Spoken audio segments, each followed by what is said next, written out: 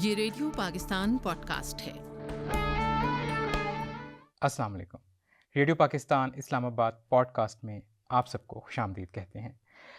इस पॉडकास्ट को तरतीब दिया है प्रोड्यूसर हुमा शाहान ने और मैं आपका मेज़बान दावर हाशमी इस प्रोग्राम में आपके साथ रहूँगा। सामाईन और नाजरीन, ये पॉडकास्ट ना सिर्फ आप देख रहे हैं बल्कि सुन भी रहे हैं और आप रेडियो पाकिस्तान इस्लामाबाद के यूट्यूब पॉडकास्ट चैनल पे इसको देख भी सकते हैं, मुलाहिज़ा कर सकते हैं। और इसी पॉडकास्ट में मेरा साथ देंगी हुमा शाहान। अच्छा दोस्तों, आज की जो पॉडकास्ट है ये सेहत के हवाले से है और देखा जाए तो कुछ बातें हैं जो हम आपसे शेयर करेंगे। अमूमन हम देखते हैं कि मुस्कुराहट जो है वो बहुत सी परेशानियों का कम कर देती है और यहाँ तक इसका दर्जा है कि हमारे मज़हब में से सदक़ा जारिया के तौर पे लिया जाता है। मुस्कुराहट अगर देखने में खूबसूरत हो तो फिर तारीफ़ भी की जाती है। आज की इस दिलचस्प और मालूमाती पॉडकास्ट में हम आपसे कुछ दांतों और सफाई दहन के हवाले से कुछ मुख्तलिफ़ मौज़ूआत पे बात करेंगे। कुछ अहम नुकात होंगे और इसका मकसद यही है कि आपको सेहतमंद दांतों की अहमियत, जदीद तरीक़े, टेक्नोलॉजी और रोज़मर्रा ज़िंदगी में दंदान साज़ी के अहम पहलुओं तक जो है आप तक बात पहुँचाई जाए, मालूमात पहुँचाई जाए। अच्छा, हम ये भी देखते हैं सामाईन और नाज़रीन कि जैसे एक अच्छी सेहत के लिए वॉक करना, जॉगिंग करना, वर्जिश, अच्छी खुराक खाना ज़रूरी है, वैसे ही जो मुंह की सफाई है वो भी नहायत ज़रूरी समझी जाती है और अच्छे लाइफ़स्टाइल का हिस्सा भी समझी जाती है। मुंह की सफाई का अगर हम ना ख्याल रखें तो किन किन बीमारियों का हम शिकार हो सकते हैं, हमने ज़हमत दी है डॉक्टर फ़हीम अहमद को, जो कि consultant dental and maxillofacial specialist हैं Pakistan Institute of Medical Sciences Islamabad में, और आप अपने शोबे में 12 साल के तवील अरसे का तजुर्बा भी रखते हैं। डॉक्टर साहब, अस्सलाम वालेकुम। वालेकुम अस्सलाम।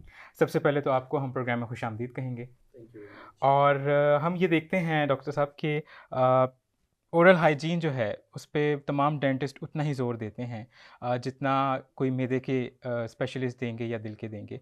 इसकी एक तो आप हमें ख़ास वजह भी बताइए और ये कितनी ज़रूरी है हमारे लिए? बिल्कुल, हमारे जो रूट कॉज़ है, जी। जो ना सिर्फ मुंह की बीमारियों का, इनफैक्ट कुछ कार्डियक इश्यूज़ हैं जो कॉम्प्लिकेट हो जाते हैं जस्ट हुँ, बिकॉज़ कि आपकी ओरल हाइजीन मेंटेन नहीं हुई हुई। हुँ, आपके बैक्टीरियाज़ ट्रैवल करते हैं और वो प्रॉब्लम क्रिएट करते हैं। ठीक, अच्छा, नॉर्मली हम कहते हैं कि जी नॉर्मली आप ट्वाइस अ डे ब्रश करें, सही। डेंटल फ्लॉसिंग करें, हुँ, ताकि आपके फूड पार्टिकल्स जो नॉर्मल आप खाना खा रहे हैं वो लॉज हो जाते हैं दांतों के दरमियान, दांतों हुँ, के ऊपर। हुँ, क्लिंगी फूड्स होते हैं जैसे कि हम कन्फेक्शनरीज ले रहे हैं, चॉकलेट्स ले रहे हैं, जिसकी वजह से पीएच जो है वो चेंज रहती है, जिसकी वजह से हम कहते हैं कि जी नॉर्मल आम अल्फाज में दांतों में कीड़ा लग गया है। हुँ, ठीक है, अब ये जो कीड़ा लगने का अमल है ये इनिशियली दांतों के सुपरफिशियल स्पेस में होता है। इसकी लेयर्स होती हैं हमारी दांतों की। सही। अगर तो हम वो अपर लेयर को क्रॉस करके नर्व्स और वेसल्स की तरफ चले जाते हैं तो ये फर्दर कॉम्प्लिकेट हो जाता है और ये सीवियर पेन आप इसको एक्सपीरियंस करते हैं। और जब ये उससे ज़्यादा हो जाता है तो इनफैक्ट ये ट्रैवल करता है टुवर्ड्स हमारी soft tissues, in fact in our neck as well. अच्छा। और ये हम रेगुलरली पेशेंट्स देख रहे होते हैं कि जो डायबिटिक हैं, हुँ, जो अनकंट्रोल्ड डायबिटीज़ के हुँ, साथ हुँ, हैं, हुँ, प्रेग्नेंट पेशेंट्स हैं, जिनके अंदर इम्यूनिटी कॉम्प्रोमाइज़ है और बिल्कुल। वो अपने मुंह का ख्याल नहीं रखते और इन डेंटल मैनेजमेंट को, जो हुँ, रूटीन विजिट्स हैं एवरी 6 मंथ्स, उसको निगलेक्ट करते हैं, तो ये इन्फेक्शन ट्रैवल करता है टू द नेक। सही। अच्छा डॉक्टर साहब, जैसे आपने कहा कि 6 मंथ के बाद विजिट, तो क्या जिनके दांतों के मसाइल नहीं हैं उनको भी रूटीन में ये विजिट करना चाहिए 6 मंथ के बाद? यस, जैसे एक बहुत मशहूर कहावत है, prevention is better than cure. बिल्कुल। तो आप एक 6 मंथली अपना रूटीन डेंटल चेकअप विजिट करें। जो जो माइनर प्रॉब्लम्स अराइज कर रही होती हैं उसको अगर हम टाइमली मैनेज कर लेते हैं तो वो कॉम्प्लिकेट नहीं होती। हुँ। डॉक्टर साहब, आपने कीड़ा लगने की बात की और ये वह सवाल हमारी पॉडकास्ट का एक हिस्सा भी था, लेकिन चूँकि उसका ज़िक्र निकला है तो मैं इस तरफ जाऊँगा कि बुनियादी तौर पे कीड़ा लगना क्या है और ये बच्चों में ज़्यादातर देखा जाता है इसका मसला, ये क्यों होता है? अच्छा, इसका मैं एक करेक्शन करूँगा कि कीड़ा लगने का अमल किसी भी एज में हो सकता है सही। और ये इट इज़ डायरेक्टली कोरिलेटेड कि आप आपके मुंह के अंदर जो फूड पार्टिकल्स हैं उसकी हाइजीन है वो कितने अच्छे से मेंटेन की जा रही है। ठीक। बच्चों के अंदर एक और चीज़ हमने नोटिस की है जिसको हम बेबी बॉटल सिंड्रोम का नाम देते हैं, सही। कि कुछ बच्चों को बहुत ज़्यादा बॉटल फीड किया जाता है past 2 years of age as well, और कंटिन्यूसली वो बच्चा रात को बॉटल फीड जो है वो मुंह में लगा कर बैठा होता है, जिसकी वजह से कंटिन्यूसली उनका पीएच चेंज होता है, वो दूध उनके दांतों में लगा रहता है और पूरी रात बैक्टीरिया के पास एक बहुत अच्छा इन्वायरमेंट होता है ग्रो करने के लिए। तो it's not limited to a certain age, but हम हाइजीन कैसे मेंटेन कर रहे होते हैं। बच्चों के अंदर अक्सर हमने ये देखा है कि पेरेंट्स निगलेक्ट कर जाते हैं कि जी हम किस तरह से ब्रश करें, हमें टेक्निक नहीं पता, बच्चा रोता है, बच्चा कंप्लाइंस नहीं करता। ये सारी चीज़ें हमें करनी हैं और आज से करनी है। क्यों? Why it's important? क्योंकि हम देख रहे होते हैं कि बच्चों के अंदर प्रॉब्लम ज़्यादा है क्योंकि बच्चों की कंप्लाइंस नहीं है for the treatment as well. बच्चे डरा होता है। एडल्ट के साथ तो आप ट्रीटमेंट कर लेते हैं, लेकिन बच्चों के लिए प्रॉब्लम ये होता है कि अगर वो कंप्लाइंस नहीं है उनकी और हम डेंटल चेयर पे उनका ट्रीटमेंट नहीं कर सकते तो उनको हमें बड़ी बेहोशी, जिसको जनरल एनेस्थीसिया कहा जाता है, उसके अंडर ले जाके और उसका ट्रीटमेंट करना पड़ता है, जो कि is a very risky option as well. सही। अच्छा डॉक्टर साहब, आपने जो बच्चों के हवाले से भी बात की, तो बहुत सारे वालिदैन का ये ख्याल है कि बच्चे जब तक खाना नहीं खा रहे, वो रोटी खाने पर नहीं आते, तो उन्हें ब्रश करने की ज़रूरत नहीं है। तो आप क्या कहेंगे कि किस एज में बच्चों को ब्रश कराना स्टार्ट करा देना चाहिए? ये जो रिकमेंडेशंस हैं वो ये हैं कि as soon as the first tooth appears in your mouth, एक दांत भी अगर आपकी ओरल कैविटी के अंदर आ गया है तो उसकी आपने हाइजीन मेंटेन करना स्टार्ट कर देनी है। सही। आपने उसको छोड़ना नहीं है, क्योंकि सिर्फ जो सॉलिड फूड्स हैं वो क्लिंग नहीं करते हमारी ओरल कैविटी और टूथ के अंदर। जो हम फ्लूइड्स दे रहे हैं वो भी क्लिंग करते हैं, वो भी पीएच चेंज कर रहे होते हैं, तो हमने उसका बहुत अच्छे से ख्याल रखना है। सही। अच्छा, चूंकि हम बात करें ओरल हाइजीन की, तो ये भी थोड़ा सा हमारे सुनने वालों को और देखने वालों को बताइए कि दांतों की सफाई क्योंकि ज़रूरत की तो हम बात कर रहे हैं, दिन में कितनी दफ़ा करनी चाहिए और किन औकात में करनी चाहिए? अच्छा, इसमें जो वर्ल्ड वाइड रिकमेंडेशंस हैं वो ये हैं कि ट्वाइस अ डे हमें ब्रशिंग तो एटलीस्ट करनी है। ठीक है।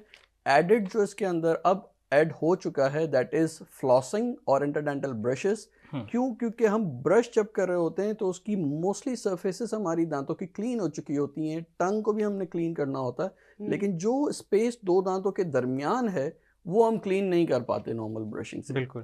उसके लिए हम डेंटल फ्लॉस या इंटरडेंटल ब्रशेस यूज़ करते हैं। बिल्कुल। मेरा अगला सवाल भी इसी हवाले से था कि फ्लॉसिंग यानी खलाल करना, ये भी इतना ही ज़रूरी है जितना कि ब्रशिंग करना। यस।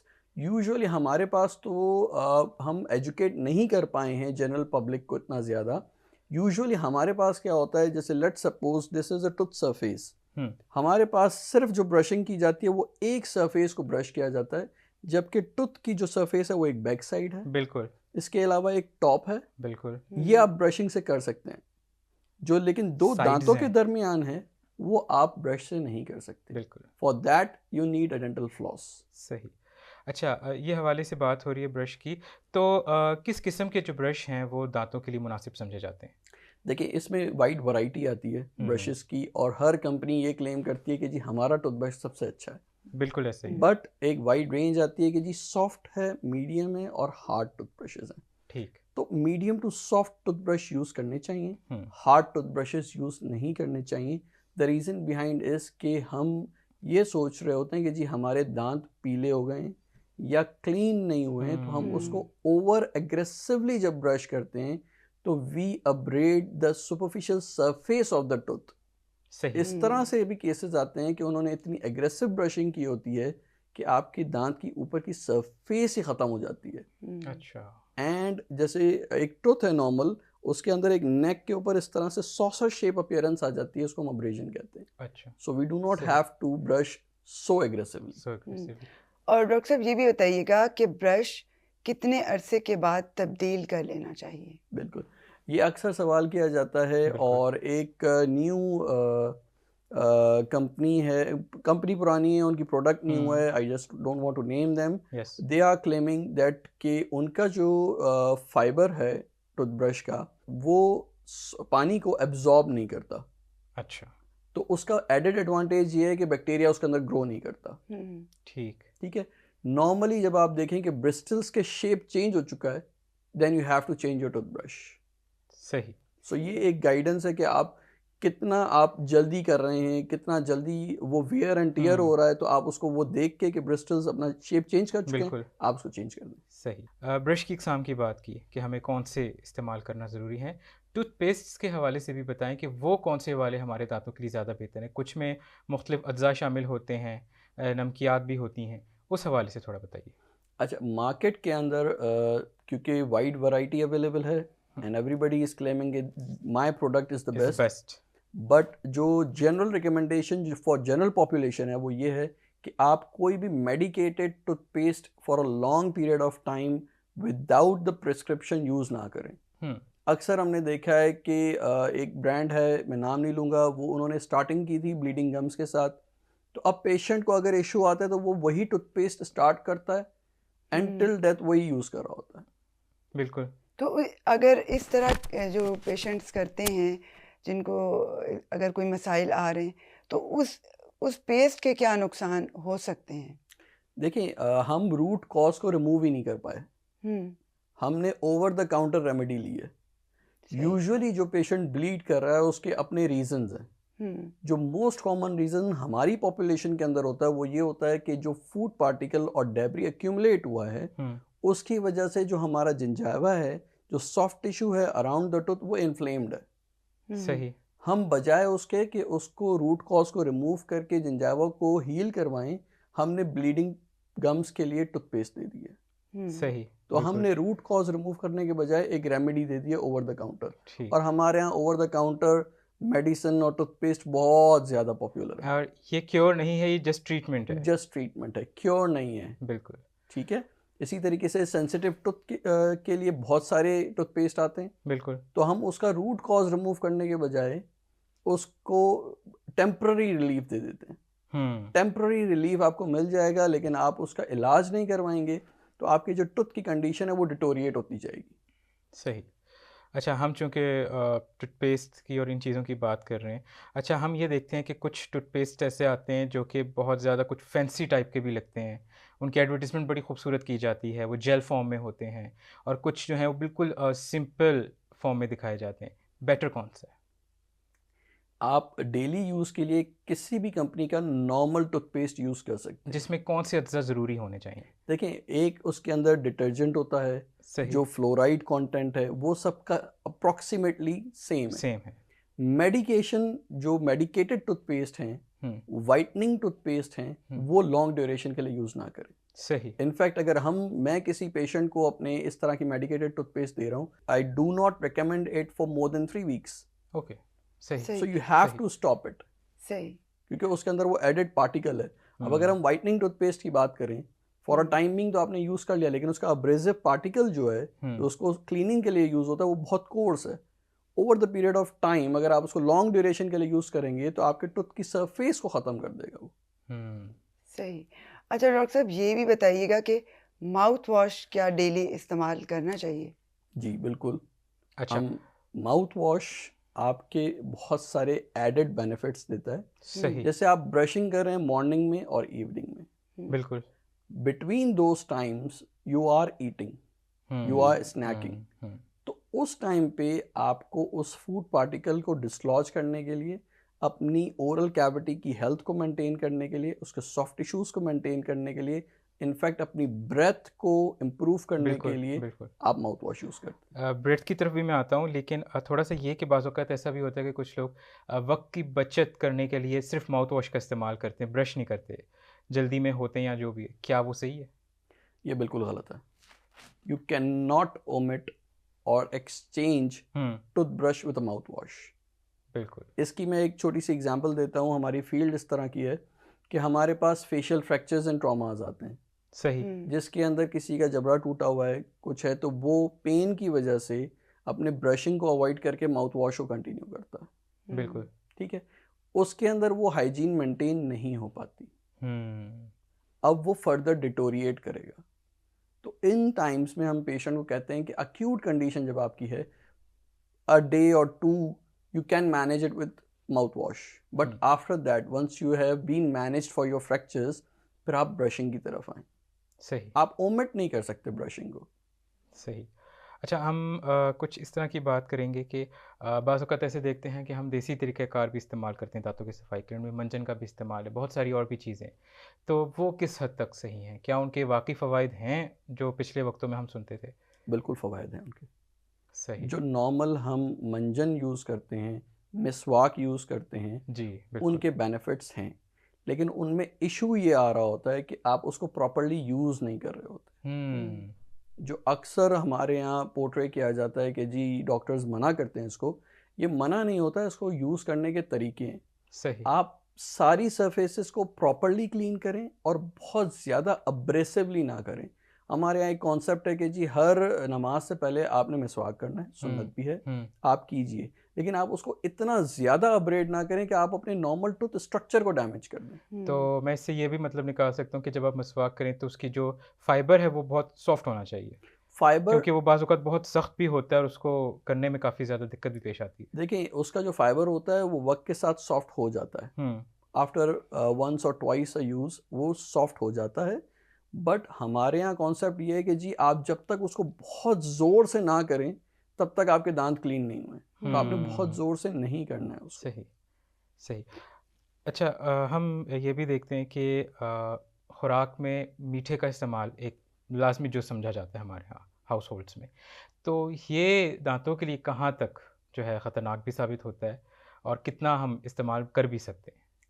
देखिए मेन जो इशू आता है मीठे के साथ वो ये आता है कि वो क्लिंग कर जाता है, वो चिपक जाता है दांतों को। जो भी मीठा आप देखेंगे उसकी एक इनबॉर्न क्वालिटी है कि वो चिपक जाता है। जब वो चिपका रहेगा जितनी देर, उतनी देर वो आपके दांत को डैमेज करता रहेगा। ठीक। एक तो आपने अपने जो स्नैकिंग है, जैसे हमने सुबह खाना खाया, दोपहर खाना खाया, रात खाना खाया, अब इस दरमियान हम कुछ खा नहीं रहे, तो हमने कोई फूड पार्टिकल छोड़ा नहीं दांत के ऊपर, क्योंकि हम माउथ वॉश करके उसको क्लीन आउट कर चुके हैं। लेकिन अगर आप मल्टीपल टाइम्स स्नैकिंग करते हैं तो जो ओरल कैविटी के अंदर फूड पार्टिकल है वो बार बार चिपक रहा है, सही। बार बार पीएच चेंज हो रही है, लंबे ड्यूरेशन के लिए हो रही है, तो ये डैमेज ज़्यादा करता है।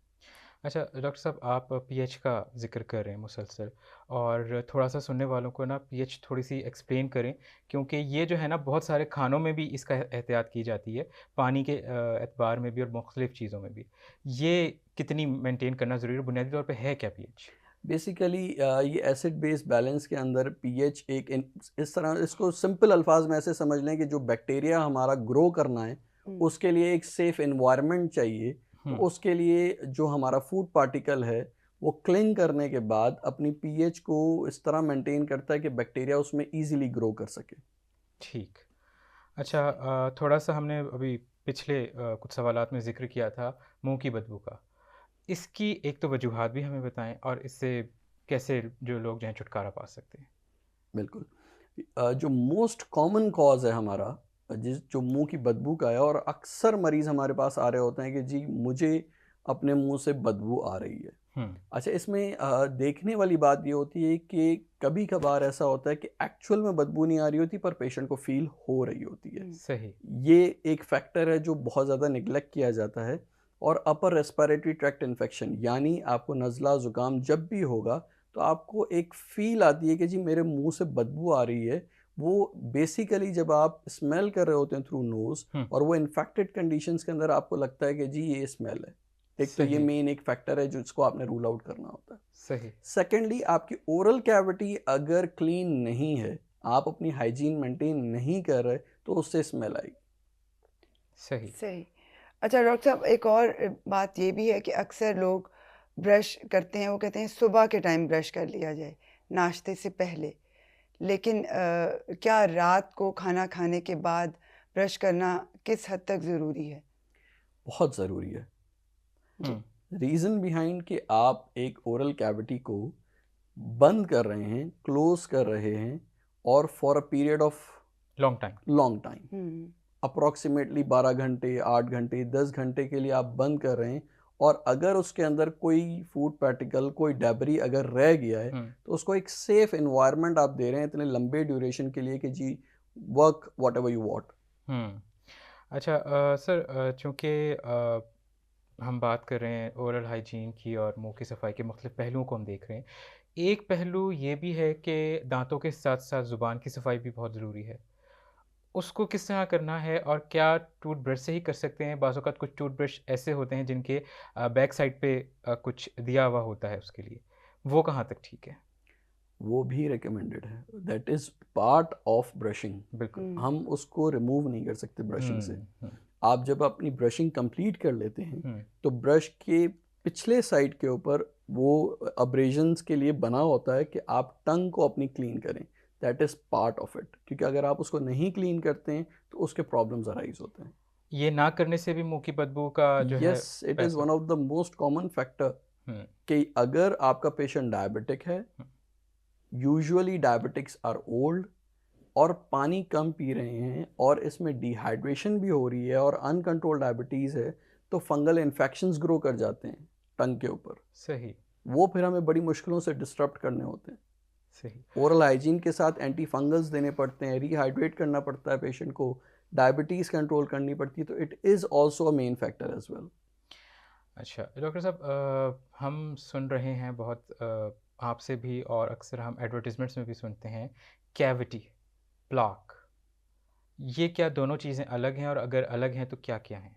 प्लाक इज़ बेसिकली बायोफिल्म जो कि आपके टूथ के ऊपर एडहेयर कर जाती है, जिसको आप ब्रशिंग से रिमूव करते हैं। अगर उसको आप रिमूव नहीं करते हैं तो वो फर्दर मिनरलाइज होती है और कैलकुलस में कन्वर्ट होती है, जो कि एक स्टोनी हार्ड पार्टिकल होता है। सही। दूसरा आपका सवाल था कि कैविटी क्या है। हुँ। कैविटी को सिंपल अल्फाज में हम कहते हैं कीड़ा लगना, जो कि एक ब्लैक स्पॉट आपके दांत के ऊपर आता है। सही। हम्म। क्या वो वाक़ई कीड़ा होता है या सिर्फ़ एक वो बीमारी बुनियादी तौर पे होती है? बेसिकली वो दांत आपका डीमिनरलाइज होके सही। बैक्टीरिया ने डीमिनरलाइज करके उसको ब्लैक आउट कर दिया है। ठीक, ठीक। और इसकी वजूहात यही है कि अगर हम सफाई का ख्याल नहीं रखेंगे, उसी वजह से ये मसाइल आते हैं। जी बिल्कुल, root cause is our hygiene. हम्म। हुँ। अच्छा, अक्सर ऐसा होता है कि आम अमराज़ जो हैं वो अगर दाँतों के जब शुरू होते हैं उनमें एक सबसे पहला एलिमेंट आ जाता है हसासियत का, सेंसिटिविटी।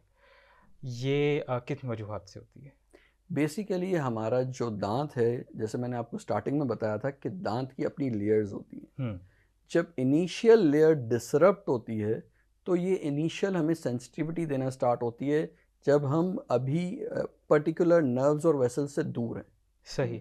इसमें बहुत ज़्यादा डिटेल हो जाएगी, पर शॉर्ट हुँ। करके मैं ये बता देता हूँ कि डेंटिनल ट्यूब्यूल्स होती हैं हमारे पास, जिसके अंदर वाटर कंटेंट होता है और टेम्परेचर चेंजेस को वो फील करके सेंसिटिविटी क्या आपको हसासियत देता है कि जी ये सेंसिटिव टू कोल्ड है, सेंसिटिव टू हॉट है। तो हुँ। ये स्टार्टिंग पॉइंट ये होता है आपका। एक तरह से अलार्मिंग सिचुएशन। अलार्मिंग, आपको वार्निंग दे रहा होता है आपका दांत हुँ। कि जी you should visit your dentist and get it checked. सही। अब चूँकि ऐसे मामलात में डेंटिस्ट को ज़ाहिर है कंसल्ट करना होता है, तो क्या जो स्केलिंग है, वो इससे कहीं उसका ताल्लुक बनता है इन चीज़ों से? देखिए, scaling and management of a cavity is a different thing. अच्छा। हम्म। Scaling is basically disrupting the accumulation on the tooth, के दांत के ऊपर जो जो चीज़ें लगी हुई हैं हुँ। उनको हमने क्लीन करना है। उसका प्रोफेशनल टर्म जो है वो स्केलिंग है, हुँ। और वो अल्ट्रासोनिक स्केलर के थ्रू हम कर रहे होते हैं। हुँ। सेकंड सवाल हमारा था कैविटी। जी। कैविटी एक कीड़ा है जो कि दांत को लग चुका है और उसको क्लीन हम करते हैं बर्ड्स के थ्रू। वो सेपरेट मैकेनिज्म है, वो जिसको हम आम अल्फाज में कहते हैं कि जी भराई कर दिया या फिलिंग कर दी है, वो मैनेजमेंट है कीड़ा लगने की। हुँ। स्केलिंग जो है वो that is cleaning of the tooth, कि जी उसके ऊपर कोई बायोफिल्म है, प्लाक है, कैलकुलस है, उसको रिमूव करने को स्केलिंग कहते हैं। सही। सही। अच्छा डॉक्टर साहब, जैसे दांतों की सफाई का या मुंह की सफाई का अगर ख्याल ना रखा जाए, एक तो ये जो आपने बताया कि कीड़ा लगना या इस तरह के जो मसाइल हैं वो सामने, क्या गम्स की डिजीज़ भी इसी वजह से होती हैं कि अगर मुंह की सफाई ना रखी जाए, और वो क्या क्या हो सकती हैं? जैसे मैंने आपको स्टार्टिंग में बताया था, ब्लीडिंग गम्स होती हैं। हम्म। जब भी टूथ के ऊपर पार्टिकल्स एक्यूमुलेट होते हैं, वो यूजुअली हमारे टूथ और सॉफ्ट टिश्यू के जंक्शन पर होते हैं, जिसको सही। हम जिंजावा या सॉफ्ट टिश्यूज कहते हैं। सही। जब वो एक्यूमुलेट होते हैं तो वो उस सॉफ्ट टिश्यू को इन्फ्लेम करते हैं, जिसको हम आम अल्फाज में या प्रोफेशनल टर्म में जिंजिवाइटिस कहते हैं, मसूड़ों से खून आना कहते हैं, जी जिसके लिए मैंने स्टार्टिंग में बताया था कि जी हम ओवर द काउंटर जाके हम टूथपेस्ट यूज़ कर लेते हैं, बट हम प्रॉपर उसका ट्रीटमेंट नहीं करवाते जो कि क्लीनिंग है। अच्छा, हम डॉक्टर साहब एक चीज़ देखते हैं बाज़ औक़ात कि किसी वक्त हम सुबह में उठें तो हमारे जो गम्स हैं वो सूजे हुए होते हैं, उनमें एक स्वेलिंग आई हुई होती है। इसकी अमूमन क्या वजूहात हो सकती हैं? देखिए, स्वेलिंग जो है वो 2 वजूहात की वजह से हो सकती हैं। उसका कॉज़ फ्रॉम द टूथ भी हो सकता है, यानी टूथ से इन्फेक्शन ट्रैवल करके सॉफ्ट टिश्यूज़ की तरफ आ रहा है, या उन सॉफ्ट टिश्यूज़ का जिंजावा का अपना इन्फेक्शन है। वो रूल आउट करना पड़ता है कि जी अगर दांत के अंदर कोई इशू है, उसके अंदर कोई कैविटी है और वो पूरा का पूरा दांत इन्फेक्ट होकर सॉफ्ट टिश्यूज़ के थ्रू आ रहा है, या हमारा प्लाक डेब्री वो अक्यूमुलेटेड है जिसकी वजह से सॉफ्ट टिश्यू इन्फेक्ट हो रहा है, we have to rule it out. सही। अच्छा, आप थोड़ा-सा सुनने वालों को ये बताएँ कि दांतों की सेहत को बेहतर रखने के लिए हमारी रूटीन एक होनी क्या चाहिए? एक पूरा जो एक रूटीन स्केड्यूल है, वो क्या दांतों के लिए होना चाहिए? इसमें आपने मॉर्निंग में एक दफ़ा टूथब्रश करना है, एक दफ़ा रात को सोने से पहले टूथब्रश करना है। अच्छा, इन दौरान आपने फ्लॉसिंग भी करनी है और माउथ वॉश का यूज़ भी करना है। और जितना आप क्लिंगी फूड को, स्वीट को अवॉइड कर सकते हैं, स्नैकिंग को अवॉइड कर सकते हैं, it works as a preventive measure. ये क्लिंगी फूड्स कौन-कौन से हैं? यूजुअली कन्फेक्शनरीज़ हैं, हमारे पास्ताज़ हैं, सॉफ्ट फूड जो हम अब डाइवर्ट हो गए हैं सॉफ्ट फूड्स की तरफ, वो क्लिंग कर जाते हैं।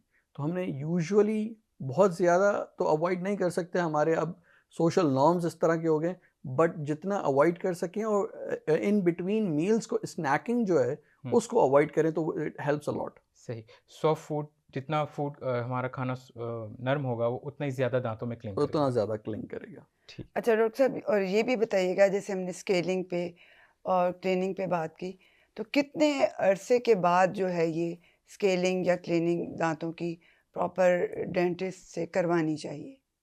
Every 6 months you should visit your dentist. हर अच्छा। 6 महीने के बाद आपको अपने पर्सनल जो फैमिली डेंटिस्ट है उसको विजिट करना चाहिए। सही। सही। अच्छा डॉक्टर साहब, जैसे हमने स्केलिंग की बात की, तो इसमें एक और टर्म है वो है पॉलिशिंग। क्या है और कितनी ज़रूरी है?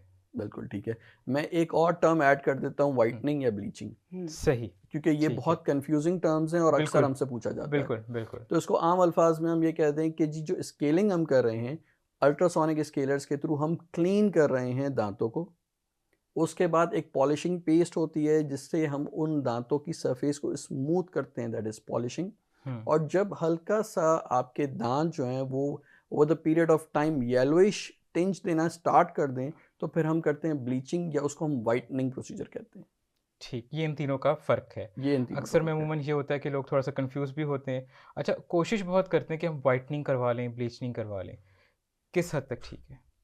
वाइटनिंग और ब्लीचिंग आप करवा सकते हैं, लेकिन एक प्रॉब्लम जो अब हमें आ रहा है वो ये है कि पेशेंट कहते हैं कि जी आप स्केलिंग और पॉलिशिंग को अवॉइड कर दें और वाइटनिंग की तरफ चले जाएं। तो हम ये अवॉइड नहीं कर सकते। वाई कि मैं आपको बता चुका हूँ, scaling is cleaning of the teeth. जब तक आप उसको क्लीन नहीं करेंगे, उधर जो डेब्रिस है वो आप रिमूव नहीं करेंगे, आप उसको वाइट नहीं कर सकते, ब्राइट नहीं कर सकते। सही। अच्छा, अब आखिर में थोड़ा-सा हमारे सुनने वालों को ना दाँतों की बीमारी से बचने के कुछ एहतियाती तदाबीर या कोई ऐसी बताइए ताकि उनके लिए जो है वो आसानी कुछ बन सके। दांतों की बीमारियों से बचने का जो मेन चीज़ है वो आपकी हाइजीन है। जैसे मैंने आपको बताया कि जी आपने ट्वाइस अ डे ब्रश करना है, मॉर्निंग में करना है, इवनिंग में करना है। इन बिटवीन मील्स आपने माउथ वॉश यूज़ करना है, फ्लॉसिंग यूज़ करनी है। आप जितना ज़्यादा अपनी ओरल कैविटी को मेंटेन रखेंगे, हाइजीन मेंटेन रखेंगे, आपको कोई बीमारी नहीं होगी। सामान्य नाज़रीन, ये थे doctor Faheem Ahmed, consultant dental and maxillofacial specialist, Pakistan Institute of Medical Sciences, Islamabad से आपका ताल्लुक़ है। आपने हमें दांतों और सेहत दहन के हवाले से मुख्तलिफ़ मुफीद मालूमात दी और टिप्स भी दी। डॉक्टर साहब, हम आपका शुक्रिया अदा करते हैं कि आपने अपने कीमती वक्त में से कुछ वक्त हमें दिया। सामान्य नाज़रीन, आप सबका भी बहुत बहुत शुक्रिया प्रोग्राम में शिरकत करने के लिए और इतनी तवज्जो से इस पॉडकास्ट को सुनने और देखने के लिए। उम्मीद है कि ये पॉडकास्ट जितनी दिलचस्प आपको लगी, आप इससे फ़ायदा भी उतना ही उठाएँगे। और अपने दांतों का भी, अपने मुंह का भी, जो उसकी सफाई है उसका भी ख्याल रखेंगे। आपको ये भी बताते चलते हैं कि इस पॉडकास्ट का दूसरा हिस्सा भी जल्द जो है आपको पहुंचेगा आप तक, और इसमें हम मज़ीद खुलकर दांतों के मुख्तलिफ मसाइल और जो उनके ट्रीटमेंट्स हैं उनके हवाले से गुफ्तगू करेंगे डॉक्टर साहब से। इस पॉडकास्ट को आप तक पहुंचाने में मेज़बान दावर हाशमी, प्रोड्यूसर हुमा शाहान के साथ साथ इंजीनियर फ़हद वहीद ने भी मेहनत की है। अपनी कीमती राय का इज़हार कमेंट सेक्शन में ज़रूर कीजिएगा और ये ज़रूर बताइएगा कि आप मज़ीद किन मौज़ूआत पे पॉडकास्ट्स देखना चाहेंगे। अपने मेज़बान दावर हाशमी, प्रोड्यूसर हुमा शाहान और इस पॉडकास्ट की पूरी टीम को दीजिए इजाज़त। अल्लाह निगहबान।